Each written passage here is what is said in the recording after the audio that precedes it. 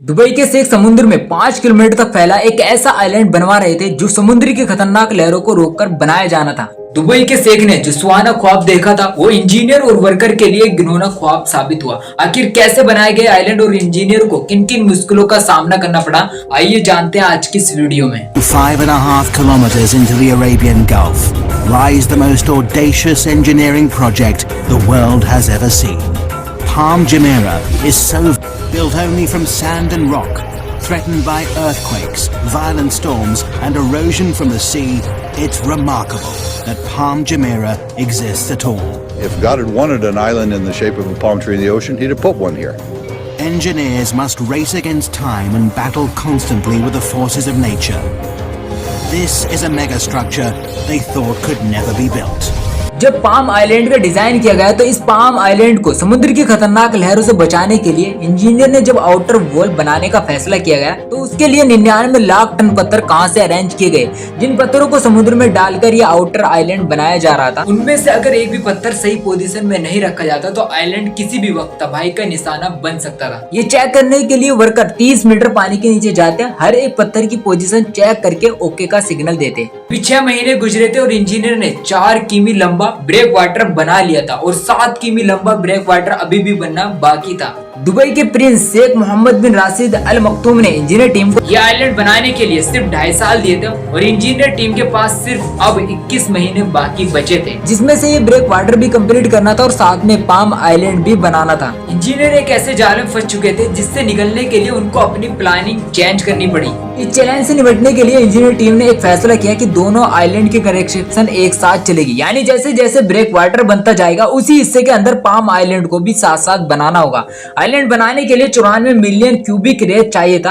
अगर वजन के हिसाब से देखें तो 1.5 करोड़ टन वजनी रेत चाहिए थी, लेकिन इतनी सारी रेत लाई कहां से जाएगी? अगर आप ये सोच रहे हैं कि ये रेत दुबई के रेगिस्तान से उठाई गई होगी तो आपका अंदाज बिल्कुल गलत है। दुबई के रेगिस्तान में बेशक इतनी रेत है कि उसकी कोई लिमिट नहीं, लेकिन यह रेत बहुत बारीक है जिसको पानी में डाला गया तो यह पानी में मिक्स हो जाएगी। रिसर्च से मालूम हुआ कि इस काम को अंजाम देने के लिए जो रेत चाहिए वो समुद्र के बॉटम में मिलेगी। समुद्र से रेत निकालने के लिए एक ड्रेजर का इस्तेमाल किया गया जो रेत को सोख करके अपने टैंक में भर लेता था। सिर्फ 1 घंटे में वह ड्रेजर 18,000 टन रेत अपने टैंक में भर लेता था। रेत निकालने से लेकर और आइलैंड बनाने वाली जगह तक ले जाने के लिए एक ड्रेजर को 4 घंटे लगते थे। अगर एक ड्रेजर 12 घंटे काम करेगा तो पूरे 1.5 टन रेत लाने के लिए 2 साल लगेंगे, लेकिन इंजीनियर के पास इतना टाइम नहीं था, इसलिए कई ड्रेजर को इस काम में लगाया गया ताकि शेख की दी हुई डेडलाइन पर पूरा उतर सके। इस पूरे प्रोजेक्ट में सिर्फ एक लाइन सीधी थी, बाकी सारी लाइन कर्व शेप में थी। ड्रेजर समुद्र में रेत स्प्रे तो कर रहा था और आहिस्ता आहिस्ता आइलैंड का कुछ हिस्सा समुद्र के ऊपर आ चुका था।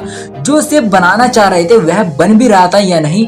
अगर गलत पोजीशन में रेत स्प्रे की गई तो ना सिर्फ आइलैंड का शेप बर्बाद होगा बल्कि टाइम पैसा दोनों बर्बाद हो जाएगा। इसी वजह से ये फैसला किया गया कि 650 किलोमीटर ऊपर आसमान के अर्ध गिर्द घूमने वाली सैटेलाइट की मदद ली जाए। सैटेलाइट की मदद से पाम जुमेरा की फोटो ली गई और जिससे ये पता चला कि शेख प्लान के मुताबिक ही है। और शेख को ये जानकर खुशी तो हुई, लेकिन जैसे जैसे ड्रेजर रेत स्प्रे करता जा रहा था इंजीनियर की मुश्किल इतनी ज्यादा बढ़ती जा रही थी, क्योंकि समुद्र में ट्री शेप की आउटलाइन भी नहीं थी और ना ही कोई आउटलाइन बनाई जा सकती थी। ड्रेजर के अंदाज से समुद्र में रेत स्प्रे करके पाम ट्री शेप को मेंटेन रखना काफी ज्यादा मुश्किल था। इस मुश्किल से निपटने के लिए जीपीएस टेक्नोलॉजी का इस्तेमाल किया गया। इस टेक्नोलॉजी की मदद से वर्कर आइलैंड के बॉर्डर पर वर्क करते जाते और उनकी पोजीशन का रियल टाइम डाटा सेव हो जाता और यह डाटा ड्रेजर को भेज दिया जाता और ड्रेजर सिर्फ उसी पॉइंट पर रेत स्प्रे करती थी और यह सोल्यूशन पूरी तरीके से काम कर रहा था और आइलैंड की 16 शाखाओं में से 9 शाखें बन चुकी थी। तभी इंजीनियर के सामने एक बहुत बड़ी मुश्किल आ गई जो उन्होंने सोचा भी नहीं था।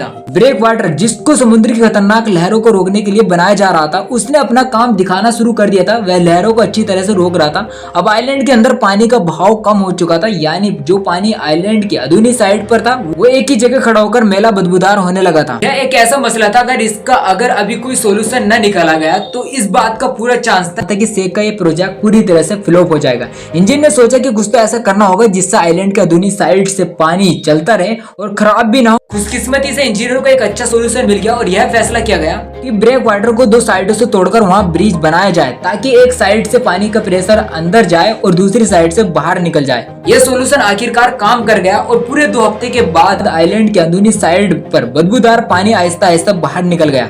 अगस्त सन 2003 में पाम जुमेरा का ब्रेक वाटर भी कंप्लीट हो चुका था और 99 लाख टन पत्थर से बना 250 मीटर चौड़ा यह ब्रेक वाटर समुद्र की खतरनाक लहरों को अच्छी तरह से रोक रहा था। उसके 1 महीने के बाद पाम आइलैंड की टीम से अच्छी खबर आई कि 1.5 करोड़ टन रेत से बनाए जाने वाला पाम ट्री की 16 शाखें भी कंप्लीट हो गई। इस तरह से इंजीनियर की टीम ने वक्त से पहले ही आइलैंड को कंप्लीट कर लिया। अब इस पर शॉपिंग मॉल और होटल बनने की बारी थी, लेकिन मसले ऐसे थे जो किसी भी सूरत में इंजीनियर की टीम की जान नहीं छोड़ रहे थे। अब एंड टाइम पर एक ऐसा मसला आकर खड़ा हुआ जिसने पूरे आइलैंड के लिए खतरा पैदा कर दिया। जो रेत डालकर पाम ट्री से बनाया गया था वो रेत अभी भी लूज थी और आइलैंड के कई हिस्से वापस से पानी में जाने शुरू हो गए थे। शेख के सपने के मुताबिक इस आइलैंड पर रोड और हजारों बिल्डिंग बननी थी, लेकिन इसके लिए जरूरी था कि आइलैंड की रेत बिल्कुल ठोस हो। यह मसला पूरी इंजीनियर की टीम के गले में आ चुका था और इसी वजह से सारा काम एक बार फिर उलट गया था। इस मसले का जल्द सॉल्यूशन निकालना जरूरी था, क्योंकि यह वह टाइम था जब पूरी दुनिया की नजरें इस प्रोजेक्ट पर टिकी थी और इस आइलैंड की वजह से दुबई के शेख की इज्जत दांव पर लगी थी। इस मसले से जान छुड़ाने के लिए इंजीनियर ने एक नया तरीका मैदान में लेकर आए। एक ऐसी हाइड्रोलिक मशीन मंगाई गई जो जमीन के अंदर वाइब्रेशन पैदा करती और जिस जगह पर ड्रिल सुराख करती वहाँ का हिस्सा सॉलिड हो जाता,